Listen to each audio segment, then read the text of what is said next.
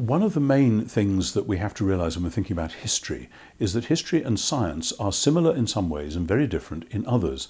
The whole point about science is that science studies what can be repeated. I was listening to a radio program just this morning where somebody said, well, the great thing about these experiments is that in principle we can repeat them, so we can get a firm and sure take on what's actually the case. He was talking about medical experiments. The point about history is that nothing is ever quite the same again. You can't, as somebody said, step into the same river twice. The water has flowed on. Things are different now. If Julius Caesar had crossed the Rubicon a second time, it wouldn't have meant the same as when he crossed it the first time. In fact, he only did it once, and so on and so on.